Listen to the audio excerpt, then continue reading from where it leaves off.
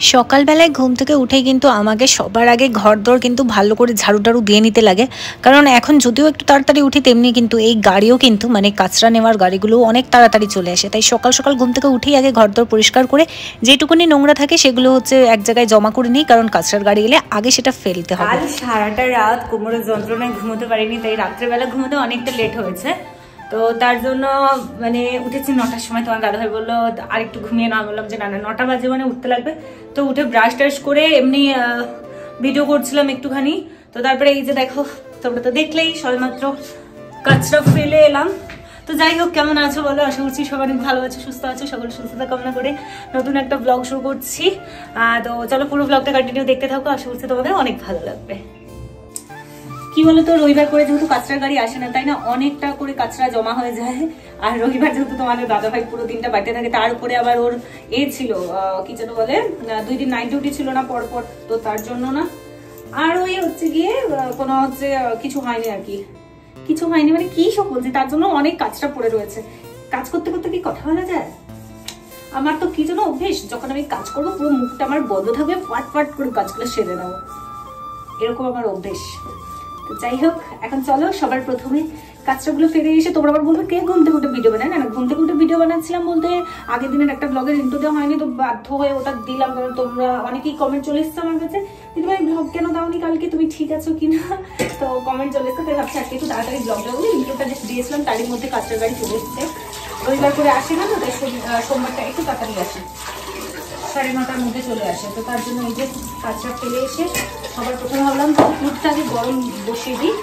ঈশানি খাবে, আমিও খাবো, দুধ গরম করবো। আর একটু সকালে ব্রেকফাস্টে পনির, 10টার মধ্যে ব্রেকফাস্টে যে করে হোক সাতটা লাগবে। তো তোমাদের দাদাভাই আজকে একটু তাড়াতাড়ি আসতে বলেছে, তো তার জন্য আবার তাড়াতাড়ি রান্নাও করবো। চলো বাসনটা ধুয়ে নিই, তোমরা ততক্ষণ দেখতে থাকো। এই যে দেখতে পাচ্ছ, এখানে দুধ গরম করে নিয়েছে, আর এইদিকে একটুখানি পনিরটাকে বড় বড় করে কেটে হালকা করে আর কি ভেজে নিচ্ছে আর কি, বেশি ভাজবো না, হালকা করে একদম।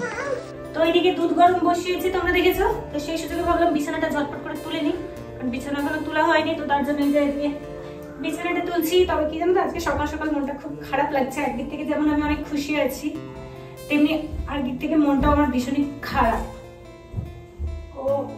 তার কারণ হলো মানে কি জানো তো, জীবনে যাই করে না কেন, এটা একটা বাস্তব সত্যি কথা, কেউ কারো আপন হয় না জানো তো পৃথিবীতে। জীবনের শেষ দিন পর্যন্ত হাজবেন্ডের সাথে থাকবে, আর কেউ সাথে থাকবে না, সে যতই ভালো বন্ধু হোক আর যেই হোক। কষ্ট লাগে। আর আমিও বোকার মতো সব সময় মানে কষ্ট পাওয়ার পরেও সেই জিনিসগুলোকে মেনটেন করার চেষ্টা করি। আমি ভাবি না যে তারা যখন কষ্ট দিচ্ছে আমার এত কিছু ভাবার কি দরকার, আমি সাইড কেটে চলে এলেই ভালো। তবে হ্যাঁ, নিজেকে এবার তো স্ট্রং বানাবেই ভালো। কালকে এগুলো পড়েছিল, দেখতেই পাচ্ছ সবেমাত্র স্নান করে এলাম। আর ভিডিওটা কন্টিনিউ করার আগে আমি তোমাদের আমার স্কিন কেয়ারের সঙ্গে আরো একবার পরিচয় করিয়ে দিতে চাই। তো অনেকেই উপকার পেয়েছো, আমি যে স্কিন কেয়ার প্রোডাক্টগুলো ইউজ করি সেগুলো আমার দেখে দেখে তোমরা অনেকেই ব্যবহার করছো, আর অনেকেই আমাকে পার্সোনালি জানিয়েছো যে হ্যাঁ দিদিভাই সত্যি এটা আমার জন্য কাজ করেছে। তো তাই আমি আজকে আরো একবার পরিচয় করিয়ে দিতে চাই। তবে তার আগে আমি এই যে দেখো কিওর স্কিনের সানস্ক্রিনটা নিয়ে নিয়েছি। তো সানস্ক্রিনটা এখন হচ্ছে আমি অ্যাপ্লাই করে নেবো, যেহেতু স্নান করে এসেছি তো অ্যাপ্লাই তো আমাকে করতেই হবে, তাই না? তো তাই ভাবলাম আজকে তোমাদের সামনে আমি সানস্ক্রিনটা অ্যাপ্লাইও করি, তার সাথে সাথে তোমাদেরকে বলি। তো সত্যি কথা বলতে আমার স্কিনের মধ্যে কিন্তু নানান প্রবলেম ছিল, যেমন সব থেকে বড় প্রবলেম যেটা, সেটা হচ্ছে পিগমেন্টেশন, যেটা ঈশানী হওয়ার পরে ধীরে ধীরে অনেক পরিমাণে বাড়তে শুরু করেছিল আমার। তো সেখান থেকে রিলিফ পাওয়ার জন্যই আমি কিওর স্কিনটাকে বেছে নিয়েছিলাম, যেহেতু আমি আমার হেয়ার কেয়ারের জন্য কিওর স্কিন ব্যবহার করতাম, তাই কিন্তু আমি বেছে নিই। আর সত্যি কথা বলতে এত ভালো রেজাল্ট পেয়েছি, যেটার সঙ্গে কিন্তু আমি এখনো কন্টিনিউ করছি, তোমরা দেখতেই পাচ্ছ সেটা। আর সানস্ক্রিন তোমরা তো জানো সবসময় একটু বেশি করে অ্যাপ্লাই করতে হয় রোদে বেরোনোর আগে, আর যেটা আমি কিন্তু আমার ডেইলি স্কিন কেয়ারের মধ্যে রেখেওছি। তো যাই হোক, চলো তোমরা হয়তো অনেকে কিওর স্কিনের প্রোডাক্ট পারচেস করতে চাও, আমার থেকে জানতে চাও দিদিভাই কিভাবে পারচেস করবো, একটু ভালো করে বুঝিয়ে বলো। তো তখন তোমাদের আমি মানে বুঝিয়ে বলছি, শোনো।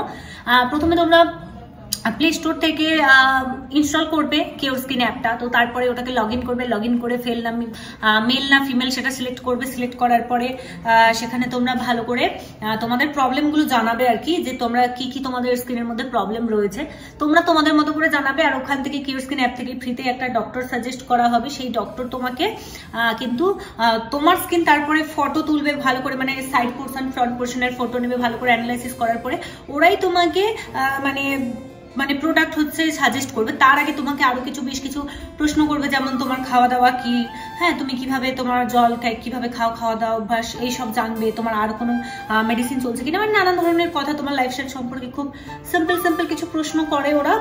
তো করার পরে ওরা তোমার জন্য একটা দারুণ কিন্তু প্রোডাক্ট সিলেক্ট করে দেয়। আর এই প্রত্যেকটা প্রোডাক্টের মূল্য শুধুমাত্র 1499। তো সেখান থেকে তোমরা যদি আমার কুপন কোড কুরিকা200 ইউজ করো তাহলে কিন্তু তোমরা পেয়ে যাচ্ছ এক্সট্রা 200 টাকা ছাড়। তার মানে বুঝতেই পারছো। আর এই প্রোডাক্টগুলো কিন্তু একটা না 3 মাস পর্যন্ত চলে। আর আমি এই যে দেখতেই পাচ্ছ সানস্ক্রিন এখনো সিঁদুর পরা হয়নি, পরবো দাঁড়ো। মানে সানস্ক্রিনটা অ্যাপ্লাই করেছে, কত সুন্দর না, স্কিনটা যেন মনে হচ্ছে গ্লোয়িং স্কিনের মধ্যে পিগমেন্টেশন পুরো রিমুভ হয়ে গেছে। আমার স্কিনটা আগের তুলনায় অনেক বেশি ক্লিয়ার হয়ে গেছে। তো তোমরাও যদি পারচেস করতে চাও লিংক আমার কমেন্ট বক্সে পিন করা থাকবে এবং ডেসক্রিপশন বক্সে দেওয়া থাকবে, ওখান থেকে গিয়ে পারচেস করতে পারো। দেখো এখানে এখন স্ট্যান্ডটা ভেঙে গেছে, রিলস বানাবো বলে স্ট্যান্ডটা ঠিক করতে এসেছি। এই যে এখানে এখন স্ট্যান্ড ঠিক করতে বসেছি, আমি বুঝতে পারছি না কিভাবে কি করব, বাট করতে তো হবেই। হ্যাঁ হবে না মনে হয়, দাঁড়াও কাজ করছি না। সবসময় কোলে বললে আমি কোথায় যাই মা, হবে না মনে হচ্ছে আমার, হচ্ছে না। এই দেখি, ইস পুরোই নষ্ট কেকটা। হ্যাঁ সেরকম করে হয় কাজ বলো তো?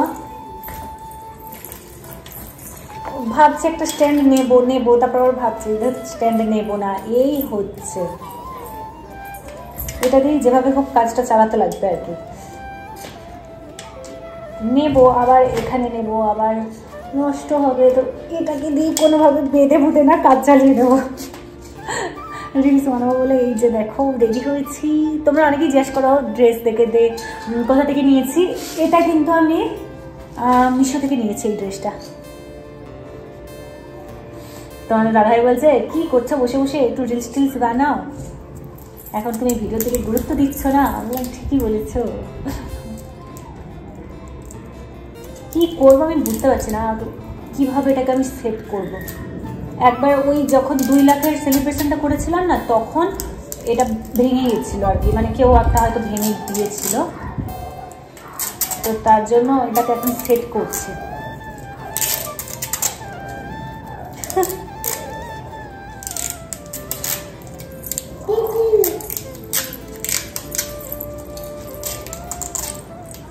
বাবু যেও না বাইরে, এসো এসো দেখি। বাবু দাও, থ্যাংক ইউ। চলে এসো, এদিকে এসো। মোটামুটি হয়েছে, এবার এখানটা একটুখানি সুতো দিয়ে বেঁধে দিলে না হয়ে যাবে। দুপুরবেলা বসেছি, এই যে বাঁধাকপি ওটা কাটবো, আলু কাটবো, পেঁয়াজ কাটবো, মানে তরকারি বানানোর জন্য বাঁধাকপি নিয়ে বসেছি, এগুলো কাটার জন্য। রোদে একটু পিঠ দিয়ে বসেছি কারণ স্নান করেছি, স্নান করে একটুখানি ভিডিও বানাচ্ছিলাম। তারপরে ভাবলাম না এইবার রান্না বান্না শুরু করি, কারণ তোমাদের দাদাভাই চলে আসবে। তো তার জন্য এই যে বাঁধাকপি নিয়ে বসেছি। বাঁধাকপিটা আমি অনেকদিন আগে কিনে এনেছিলাম, কিন্তু বানানো আর হয়নি, আজকে বানাবো। চলো এখন ছটপট বাঁধাকপি কাটতে থাকি। নিচে সমস্ত বাচ্চারা খেলছে, হয়তো অনেক আওয়াজ, জানি না তোমরা আমার কথা আদৌ শুনতে পাচ্ছ কি পাচ্ছ না। চেষ্টা করছি আমি আমার মতো করে বলার। চলো কেটে নিই সব। এই যে এই বিচ্ছুটাকে দেখছো, সব সময় কাজের মাঝখানে এসে আমাকে বিরক্ত করতে শুরু করে। হ্যাঁ কি হচ্ছে, এনে ধর নাকি? কে লক্ষ্মী? হ্যাঁ আমি লক্ষ্মী? কে বলেছে? কে বলেছে আনি লক্ষ্মী? কে বলেছে আগে এটা বলো। কি আপ? কে বকেছে? হ্যাঁ কে বকেছে? সব সময় কাজের মাঝখানে দুষ্টুমি। এই দেখো এদিকে এই বাঁধাকপি গুলো কেটেছি, ও আমার হাত থেকে ছুরি নেবে, এগুলো নেবে, ও কাটবে। তাহলে বলো তো সবসময় তো কাজের মাঝখানে এসে বাধা ঘটে, কি করে তাড়াহুড়ো করে কাজ করি। আমাকে 2-3 জন কমেন্ট করেছিল এরপর যখন তুমি বাঁধাকপি বানাবে অবশ্যই রেসিপি শেয়ার করবে। কি হচ্ছে আজকে শেয়ার করছি আমি কিন্তু। এই যে দেখো বাঁধাকপি আলু কেটে নিয়েছি, কেটে ভালো করে ধুয়ে নিয়েছিলাম, ধুয়ে প্রেসার কুকারের মধ্যে দিয়ে দিচ্ছি সোজা একেবারে। আচ্ছা কোলে নেবো, দাঁড়াও, সব সময় কোলে। তো ধুয়ে এটা নিয়েছি, আর তার সাথে কি হলো কোলে নিচ্ছি, দাঁড়াও। এই যে দেখো এখানে পেঁয়াজ কেটে রেখেছি, আমি কিন্তু পেঁয়াজও এর মধ্যে দিয়ে দেবো। ভেবে একটু অবাক লাগছে, কি একবার বানিয়ে দেখো এইভাবে, সত্যি বলছি ভালো লাগবে খেতে। তো আর অনেকটা শর্টকাটেও হয়, তো তার জন্য এই যে দেখো পেঁয়াজও আমি এর মধ্যে দিয়ে দিলাম, আর একটুখানি লবণ দেবো, দিয়ে প্রেসার কুকারটাতে ঢাকা দিয়ে দেবো। দিয়ে বেশি না, তোমাদের ইচ্ছা অনুযায়ী। আমি তো 2টো সিটি দেবো, বেশি দেবো না। চলো ঈশানীকে সামলাই আর সাথে। আচ্ছা বলতে ভুলে গেছিলাম, আর যেটা দিতে হবে সেটা হলো কাঁচা লঙ্কা। মানে আমি এখানে 3টে ঝাল আমাদের যেরকম খাই সেইভাবে ইউজ করছি।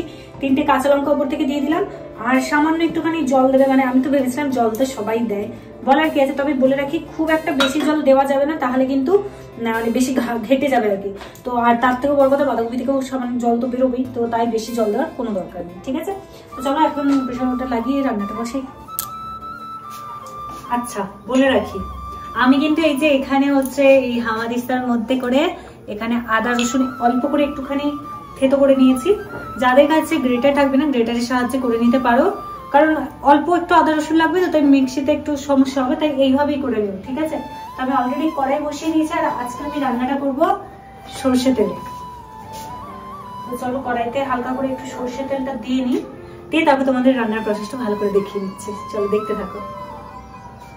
কড়াইতে প্রথমে একটু তেল দিয়ে নিলাম, খুব একটা বেশি দেবো না, ব্যাস এতটা হলেই হয়ে যাবে।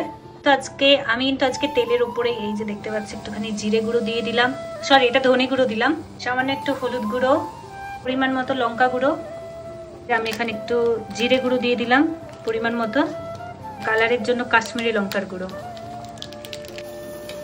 তো মানে কি বলবো, এদিকে আমি কিন্তু ওর মধ্যে আদা দিয়েছিলাম তারপরে, মানে 2 মিনিটও না 30 সেকেন্ডের মতো ওই জিরে গুঁড়ো লঙ্কা গুঁড়ো এইসব দিয়ে একটু ভালো করে নাড়ানোর পরে, হ্যাঁ 30 সেকেন্ড করার পরে তারপরে আমি আদা দিয়েছিলাম, তারপর টমেটো দিয়েছি। আসলে ঈশানী মাঝখানে এত চিল্লামিল্লি শুরু করে দিয়েছিল, আর ভিডিওটা কন্টিনিউ করা হয়নি। তো তারপরে মশলা থেকে যখন তেল ছেড়ে দিয়েছে, মানে মশলাটা ভালো করে কষানো হয়ে গেছে, সেই অবস্থায় এই যে দেখো প্রেসার কুকারে যেটা বানিয়েছিলাম আর কি, মানে সেদ্ধ করতে দিয়েছিলাম বাঁধাকপি, কাঁচা লঙ্কা, হলুদ টলুদ দিয়ে মানে যা ছিল আর কি সেইগুলো সব দিয়ে দিলাম। আর বলে রাখি এক্সট্রা করে আর জল দিতে লাগবে না, বাঁধাকপি থেকেই যে জলটা বেরিয়েছে কিন্তু ওই জলটাতেই হয়ে যাবে। তো চলো এটা এখন বানাই, তারপরে আসছি। এইভাবে একদিন বানিয়ে ট্রাই করে দেখো, সত্যি ভালো লাগে। আর পারলে সামান্য একটু চিনি দিয়ে দেবে, ফ্লেভারটা আরো ভালো হয় আর কি। আর হ্যাঁ নামানোর আগে অবশ্যই গরম মশলা দিয়ে দেবে।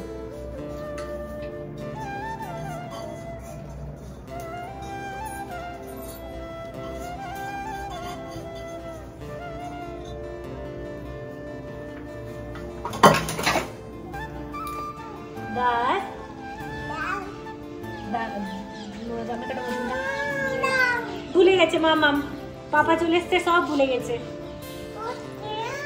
এটা খেতে কেমন লাগছে বলো বাঁধাকপির তরকারি? ভালো লাগছে না ঢপ মারছে? এটা জাল বেশি দিয়ে দিয়েছি না আজকে, নাহলে খেতে কেমন হয়? খেতে ভালো। ভালো। তো চলো আজকের ব্লগটা এখানে শেষ করছি, আর নেক্সট ব্লগটা মানে এর পরে কি হচ্ছে সেটা তোমরা পরবর্তী ব্লগে দেখতে পাবে।